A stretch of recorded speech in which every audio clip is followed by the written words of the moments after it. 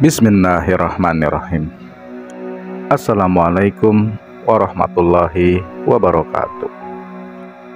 Halo teman-teman, jumpa lagi kita di channel Ojowedi. Terima kasih kepada teman-teman yang telah mendengarkan dan mensupport cerita-cerita di channel Ojowedi. Seperti biasa teman-teman, jika sudah siap, selamat mendengarkan.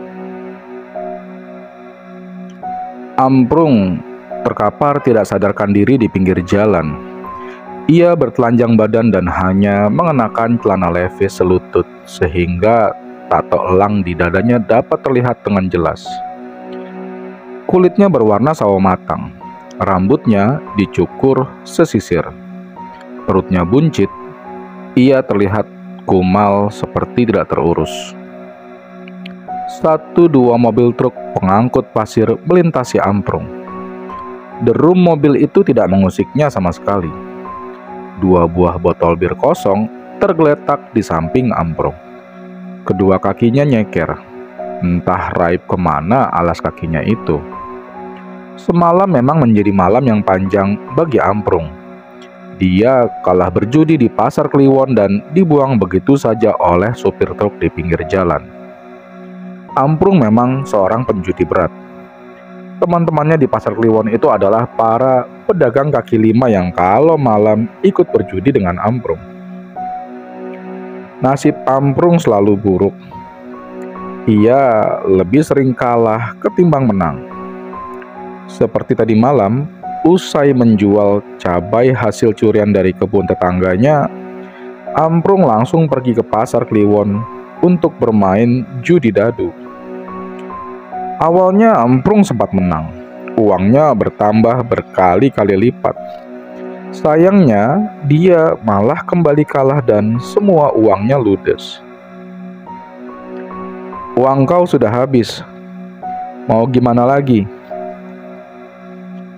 tanya Kohar, pedagang ikan lele yang ikut berjudi. "Iya, Amprung. Sudah sana pulang." Sukarta, si bandar judi yang juga berprofesi sebagai pedagang sayuran, mengusir Amprung sambil tertawa. "Sebentar lah bang, aku masih mau main ini." Amprung masih penasaran. Dia yakin kalau terus bermain pasti akan menang. "Ya main sih main, pakai apa?" Kohar meledek Amprung. "Yuk pasang," ajak bandar. 5 orang melemparkan uangnya pada papan dadu. Sangat mudah bermain judi dadu ini.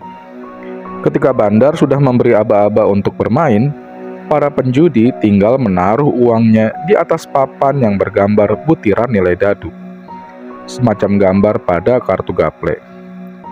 Amprung bengong saja melihat mereka bermain.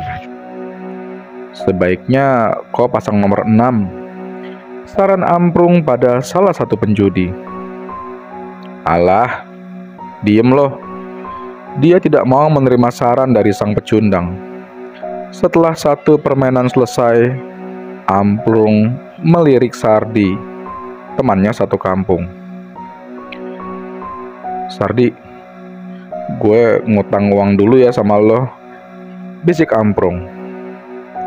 "Yang minggu lalu aja belum lo bayar, Prung." Sardi kesal. "Ini yang terakhir, pasti gue bayar." Dengan terpaksa Sardi meminjam uangnya. Amprung kemudian berjudi kembali. Sialnya, dia tetap kalah dan semua uangnya habis. Amprung menyerah. Dia rasa cukup untuk malam ini. Saatnya dia pulang. Tapi teman-temannya Amprung tidak membiarkannya pulang. Mereka malah mengajaknya minum bir gratis. Bir murahan itu mereka beli di pinggir jalan. Amprung mabuk berat. Salah satu temannya sengaja menjahili Amprung. Ia ditelanjangi dan dinaikkan ke atas truk pengangkut beras. Lalu paginya, sang sopir truk membuang Amprung di pinggir jalan. Dari kejauhan, seorang sopir truk menyadari kalau ada orang yang sedang tertidur di pinggir jalan. Sopir itu membunyikan klakson saat melintas di depan Amprung. Seketika saja, kepala Amprung bergerak. Ia akhirnya sadarkan diri. Amprung mencoba untuk bangkit. Dari kejauhan, ia mendengar sayup-sayup suara dari speaker masjid. Inna lillahi wa inna ilaihi roji'un. Telah berpulang ke rahmatullah. Tiba-tiba sebuah mobil pickup melintas. Suaranya mengganggu pendengaran Amprung. Entah siapa yang meninggal, Amprung juga tidak tahu. Dia sekarang ada di mana pun dia tidak tahu. Yang jelas, ada satu hal yang membuatnya senang. Kebetulan sekali ada orang yang meninggal. Itu artinya dia akan dapat uang. Sudah menjadi hal lumrah kalau di suatu kampung ada yang meninggal, maka setiap orang yang ikut mensolatkan jenazahnya akan diberi uang sedekah.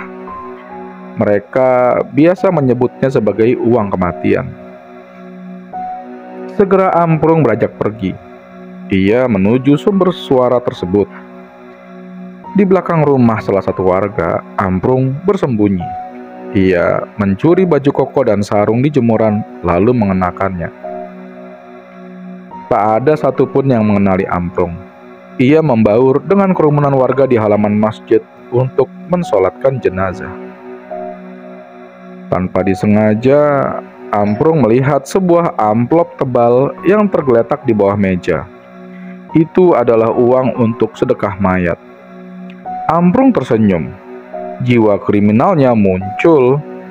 Pelan-pelan ia mendekati meja itu dan berhasil mencuri segepok uang. Ia lalu pergi dan kemudian dari kerumunan warga. Nanti malam, uang itu akan ia gunakan untuk berjudi. Selesai sholat jenazah, pihak keluarga panik. Mereka menangis karena uangnya hilang dicuri. Teriak Jubaidah sambil menangis. Amprung tidak langsung pulang ke rumah. Uang itu ia bawa ke pasar Kliwon untuk berjudi. Dan lagi-lagi dia kalah. Semua uangnya ludes. Dia bahkan ngutang lagi ke temannya. Jangan pulang dulu lah, kita mabok lagi, Prung, ajak teman-temannya. Enggak ah, lo semua tega banget sama gue. Amprung menyingkirkan lengan temannya dari pundaknya sendiri. Kali ini kita gak bakalan jailin lo lagi, Prung.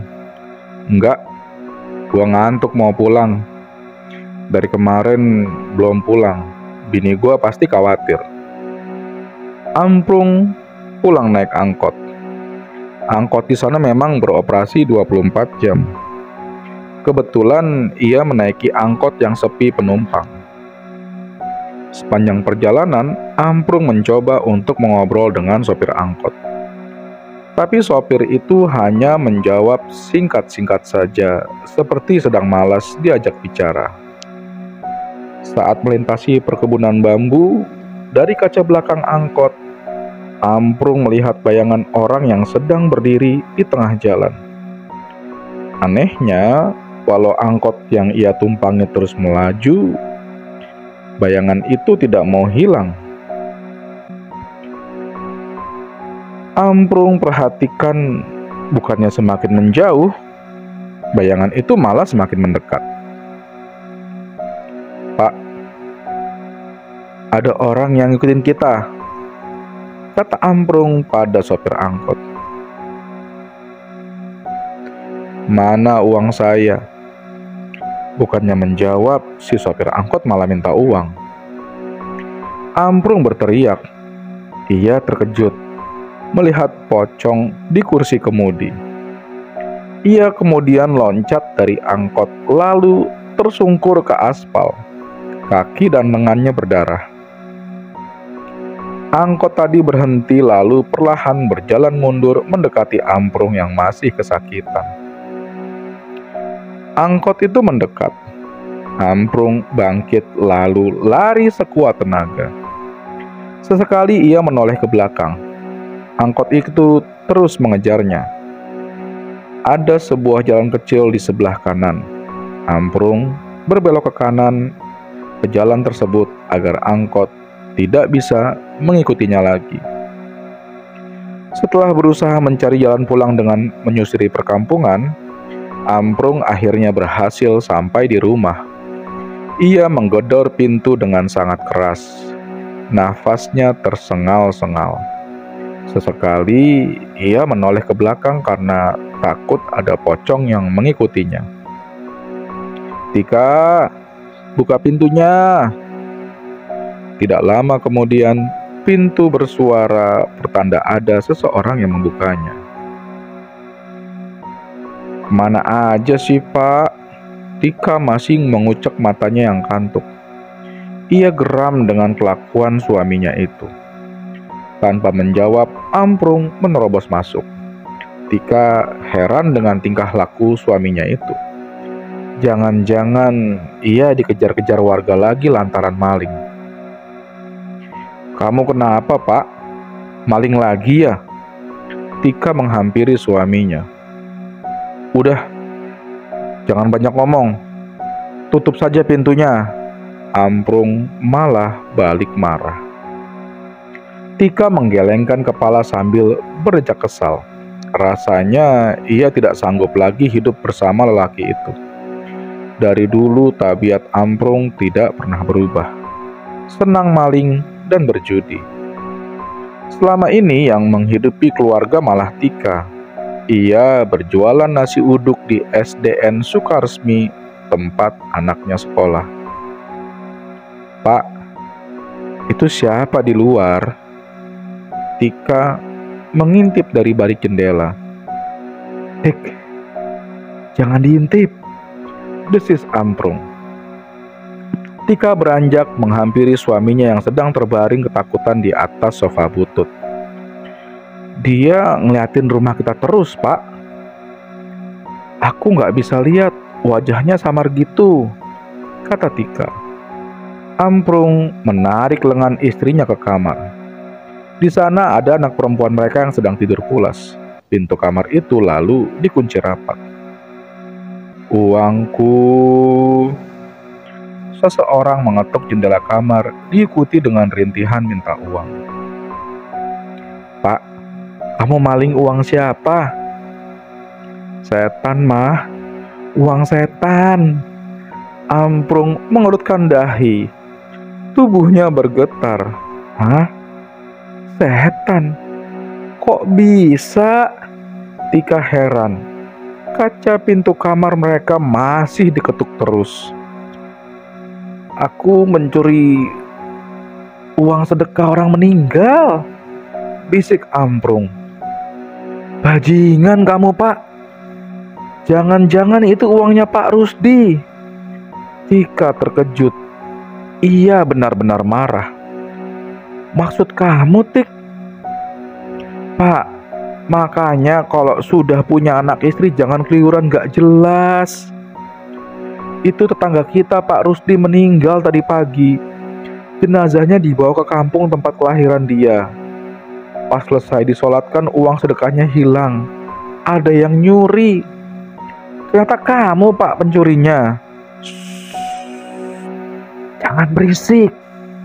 Amprung menutup mulut istrinya. Tika menyingkirkan lengan suaminya. Ia lalu mendekat ke jendela.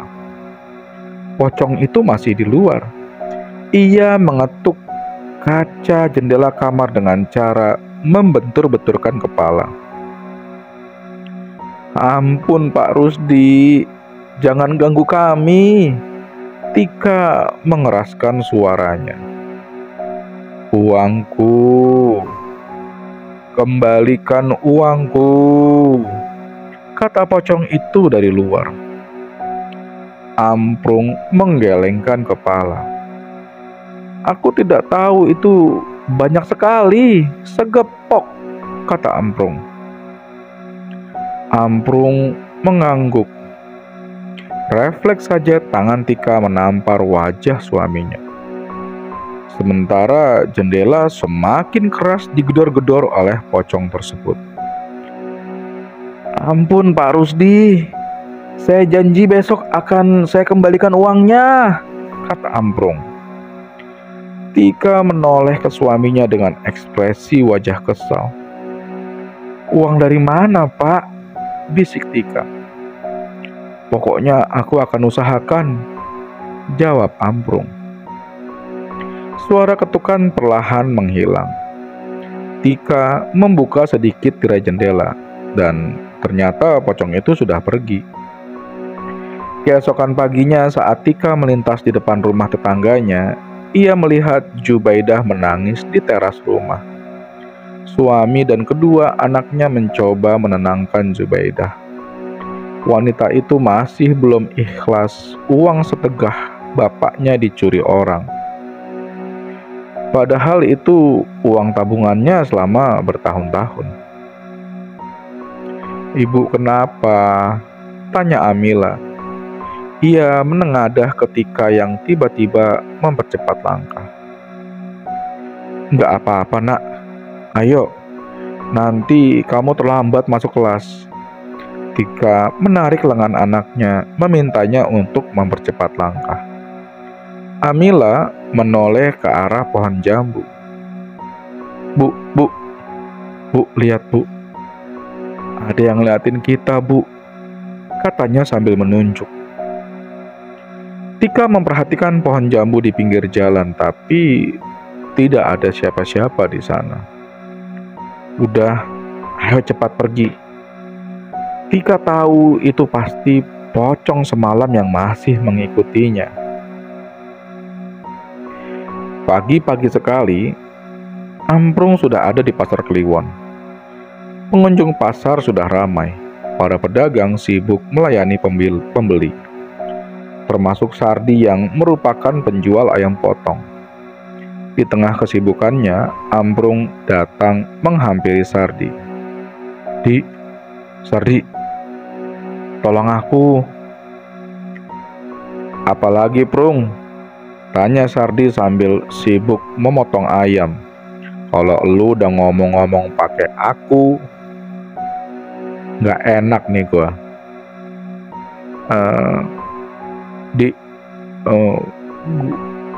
Gua dikejar-kejar pocong."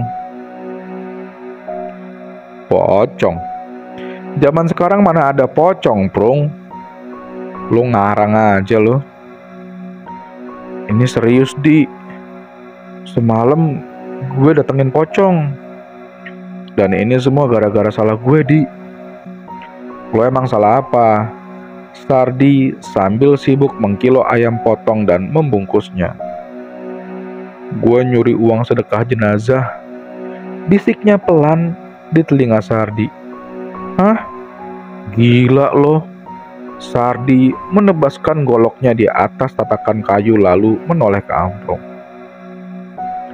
"Jenazahnya siapa yang lu colong duitnya?" lanjut Sardi.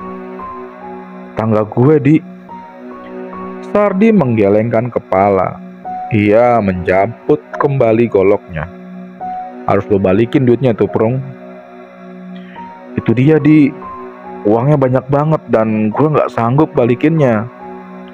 "Di, lo tau nggak tempat dukun sakti deket sini?" "Ada no, di kampung Cilengkong. Bah Gotok namanya. Dia tuh dukun yang sakti. Lo kesana aja, siapa tahu dia bisa bantuin lo." Amprung mengangguk. Sardi dengan baik hati mau membantu Amprung. Ia memberikan bahkan uang 200.000 untuk Amprung agar bisa membayar dukun itu. Pagi itu juga Amprung pergi ke kampung Cilengkong dengan naik ojek. Jalan menuju kampung itu rusak, berkerikil, ada banyak lubang di tengah jalan yang digenangi air hujan. Setelah sekitar 20 menit perjalanan, akhirnya Amprung tiba di kampung Cilengkong. Rumah Mbah Gotok terbilang bagus. Catnya berwarna putih, pagar rumahnya dicat warna hijau. Di depan pagar itu ada spanduk bertuliskan, tabib pengobatan alternatif. Selain dukun, ternyata Mbah juga seorang tabib yang biasa mengobati penyakit kiriman alias santet. "Ini benar rumahnya Mbah Goto?" tanya Amprung pada tukang ojek. "Iya benar, saya pernah kok kesini sekali," jawabnya. Amprung membayar ongkos ojek lalu melangkah menuju gerbang rumah Mbah Goto. "Permisi." Amprung mengetuk pintu gerbang menimbulkan bunyi nyaring. Dari dalam rumah muncul seorang wanita yang umurnya sekitar 30 tahunan. Ia mengenakan daster. Rambutnya diikat ke belakang. Sambil tersenyum, ia menghampiri Amprung. "Oh iya mas, ada keperluan apa ya?" tanya wanita itu sambil membukakan pintu gerbang. Saya mau bertemu dengan Mbah Goto. Apa beliau ada di rumah?" Amprung dibawa masuk ke dalam rumah. Ia sempat terkagum-kagum melihat isi rumah Mbah Goto. Banyak koleksi patung yang terbuat dari kayu. "Mbah, ada tamu nih Mbah." Wanita itu mengetuk pintu kamar Mbah Goto. "Suruh masuk saja." Terdengar suara lelaki tua dari dalam kamar.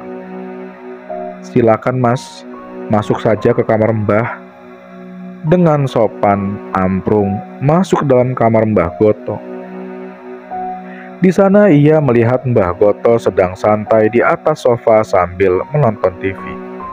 Kakinya diselonjorkan ke meja. Ia menoleh kepada Amprung. "Ayo, duduk." Mbah Goto menurunkan kakinya. Ia bergeser memberi tempat untuk Amprung. "Terima kasih Mbah. Saya Amprung. Saya mau minta pertolongan Mbah." Mbah Goto masih memperhatikan layar TV yang menayangkan film kartun lawas. Sesekali ia tertawa. Amprung mulai ragu kalau Mbah Goto ini dukun sakti. "Masalahmu apa?" tanya Mbah Goto. Ia kembali menaikkan kakinya ke atas meja. Saya dikejar-kejar pocong, Mbah." Mbah Goto malah tertawa terbahak-bahak. Ia sekarang menoleh ke arah Amprung. Tanpa diminta, Amprung menceritakan apa yang sudah ia perbuat sehingga pocong itu mengejarnya. Mbah Goto mengangguk-ngangguk, tapi dia malah fokus kembali ke TV. "Jadi pocong itu minta uangnya kembali, tapi kamu tidak mampu." "Iya Mbah, tolong bantu saya biar pocong itu pergi." Mbah Goto mematikan TV. Ia menghembuskan nafas berat dan perlahan bangkit. Ia mengambil sebuah botol cembung dari dalam lemari. "Kalau pocong itu datang lagi ke rumahmu, kamu buka tutup botol ini. Nanti dia akan terkurung di dalam botol ini." Amprung tersenyum. "Terus kalau sudah terkurung nanti botolnya saya apakan, Mbah?" "Kamu simpan baik-baik. Jangan sampai pecah. Pocong itu nantinya bisa mendatangkan keberuntungan juga." "Wah, serius, Mbah?" "Iya. Nih, ambil." Amprung meraih botol cembung itu. Tapi tiba-tiba ekspresi wajahnya datar kembali. Ia belum menanyakan harga botol itu. "Berapa ya Mbah harganya?" "Gratis. Ambil aja. Aku tahu kamu orang susah." Mbah Goto tertawa. Ia menyalakan TV lagi dan lanjut menonton kartun. Amprung berkali-kali mengucapkan terima kasih, kemudian pamit dari hadapan Mbah Goto. Malamnya saat anak Amprung sudah tidur, ia dan istrinya bersiap di jendela rumah. Mereka mengintip dari balik jendela, mencari keberadaan pocong. Tepat pukul 12 malam, terlihat asap kental menyembur di depan rumah mereka. Saat asap hilang, terlihat pocong berdiri di sana.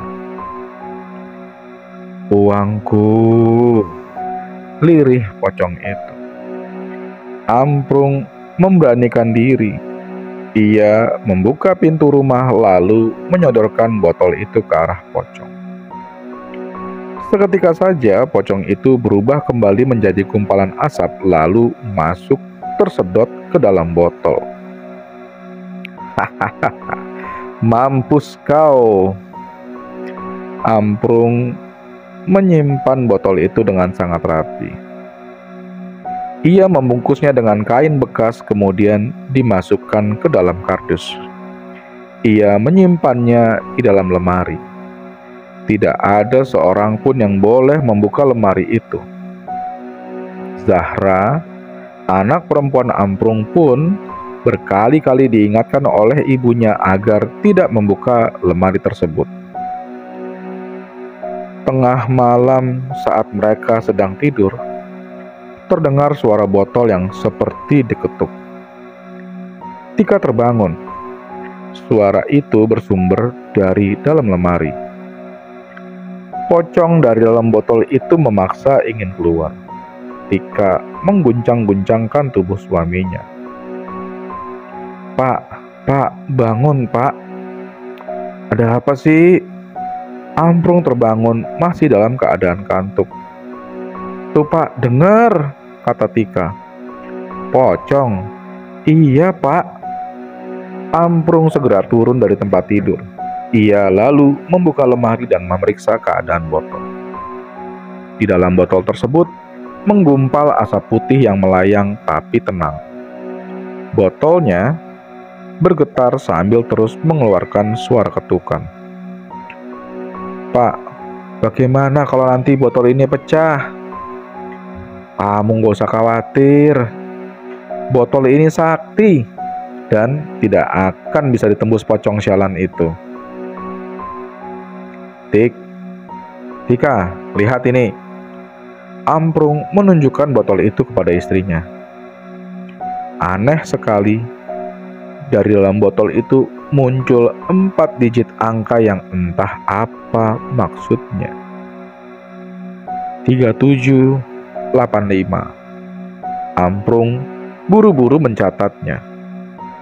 "Itu nomor apa Pak?" "Gak tahu. Catat aja dulu, siapa tahu bisa jadi jimat." Suara ketukan dari dalam botol sudah hilang. Amprung meletakkan kembali botol ke tempat semula dengan sangat hati-hati.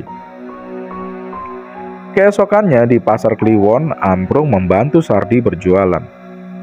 Kalau memang lagi rajin, Amprung bekerja jadi apapun di pasar itu.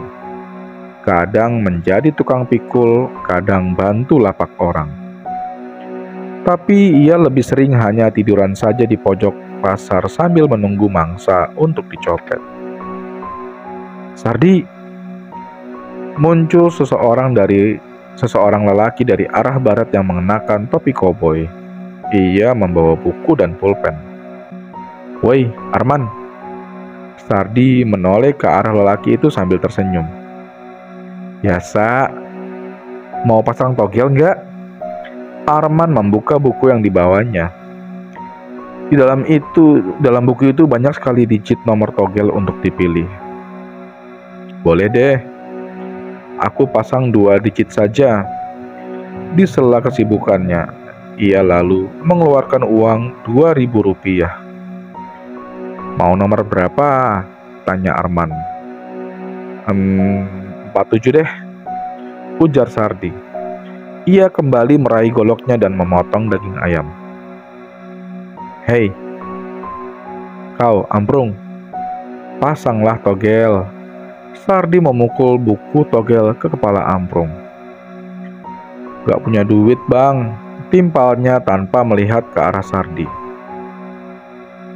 "Duit yang kukasih kemarin sudah habis?" tanya Sardi.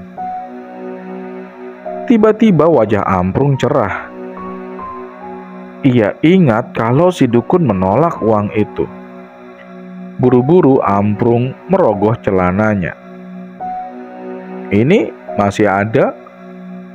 Berapa itu?" "Aku pasang 1.000 perak aja lah bang. Uangnya buat judi nanti malam." "Berapa digit?" Amprung terdiam. Dia ingat 4 digit nomor yang tertera di dalam botol. "4 bang, 4 digit." "Nomornya berapa?" Arman bersiap mencatat. 3785 bang." "Mantap Prung, semoga lo beruntung." Arman beranjak pergi. Ia akan berkeliling pasar untuk menawarkan judi togel. Beberapa hari kemudian nomor togel 4 digit keluar. Amprung terkejut karena taruhannya benar. Nomor yang keluar dari togel yaitu 3785. Amprung mendapatkan hadiah sebesar 2 juta rupiah. Ia menyesal karena tidak bertaruh lebih banyak. Tika, aku menang togel, Tik. Nomornya dari botol semalam." "Wah, serius Pak?" "Iya Tik, nanti malam kita lihat lagi botolnya. Siapa tahu muncul nomor lagi." Seperti biasa teman-teman, bersambung di part berikutnya ya. Jangan lupa untuk terus mengikuti ceritanya di channel Ojowodi. Akhir kata, wassalamualaikum warahmatullahi wabarakatuh.